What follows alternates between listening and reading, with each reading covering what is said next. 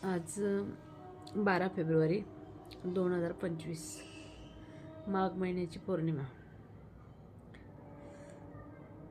मी मागच्या 1 वर्षापासून पौर्णिमेला श्री सत्यनारायण भगवंताची पूजा करते दर पौर्णिमेला. तर मला एक अनुभव सांगायचा होता. जेव्हा मी पूजा करत नव्हती तेव्हा काय माहिती, माझ्या घरात तुळसच जगत नव्हती.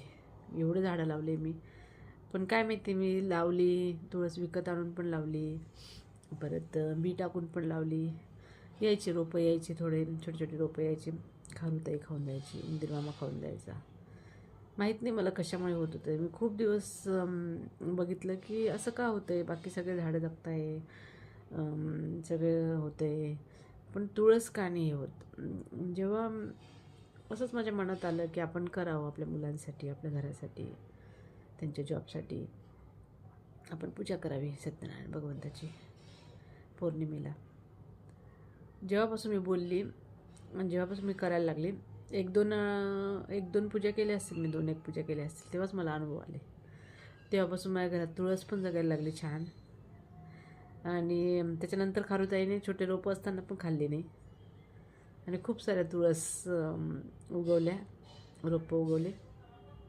आणि तेव्हापासून तुळस एकदम व्यवस्थित आहे, जसं काहीच तिला प्रॉब्लेम नाही आला आहे. परत माझी इच्छा होती की मी लावलेल्या झाडांचेच फुलं, पानं, तुळस माझ्या देवांना व्हायला.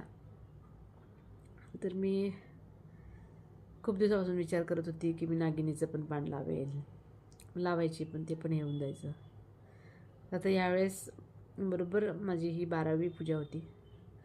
तर नागिनीची पानं पण मिळाले मला, तुळस पण मिळाली, फुलं पण मिळाले. आणि काय माहिती, ज्या दिवशी माझं पौर्णिमेचा उपवास तर मी नाही करत शक्यतो, पण केला असला कधी अचानक आला गुरुवार वगैरे तर मग होतो उपवास. तर मी फक्त पूजा करते संध्याकाळी. तर जेव्हा जेव्हा मला असं की उद्या पौर्णिमा आहे, आता उद्या फुलं येतील की नाही, कधी कधी कमी येतात ना फुलं, तर बिलकुल नेमकं तसंच होतं. पौर्णिमेच्या आदल्या दिवशी खूप सारे फुलं येणार झाडांना. मग मला टेन्शन की उद्या येतील की नाही, पण ते भगवंताला बरोबर माझी काळजी असते, बरोबर फुलं मिळतात मला तेव्हा पण. म्हणजे खरंच मला हा अनुभव आला आहे की, आणि तेव्हापासून सगळं छानच होतं आहे माझ्या घरात. माझ्या मुलांचं, माझ्या मिस्टरांचं प्रमोशन झालं, म्हणून माझा खूप विश्वास बसला या गोष्टींवर की आपण मनापासून कुठलीही प्रार्थना केली, कुठलीही सेवा केली तर ती भगवंतापर्यंत पोचते. आणि त्याचा अनुभव मी तुमच्याबरोबर शेअर करते, कारण मला खूप चांगला अनुभव आला आहे. काही नाही, एकदम साधी सिंपल पूजा असते. मला आठवतं आहे, पूर्वी मी गणपती बसवायची, 5 वर्ष गणपती बसवला माझ्या घरात 10 दिवसाचा. तेव्हा मी सत्यनारायणची पूजा ठेवायची दरवर्षी. त्याच्यानंतर मग माझं झालं नाही सत्यनारायणची पूजा. कदाचित मी तेव्हा बोलली असेल की मी नाही का दरवर्षी करत जाईल पूजा, पण नाही झालं तसं, मी विसरली. तर मला असे काहीतरी वेगळे अनुभव आले की ते भगवंताला करून घ्यायचं असतं ना, आपण जे बोलतो ना ते तोच करून घेतो बरोबर, त्याला सेवा करून घ्यायची असते आपल्याकडनं. तर मला अचानक असं वाटायला लागलं की चला आपण करूया, नाही का, मुलांच्या निमित्ताने म्हणा, किंवा करूया आपण. स्वामींचं पण मी करते, त्याच्यात पण म्हटलेलं आहे की पौर्णिमेला पूजा करतात. आणि तुळस पण माझी राहत नव्हती. तर हा अनुभव होता माझा की तुळस माझी राहतच नव्हती व्यवस्थित.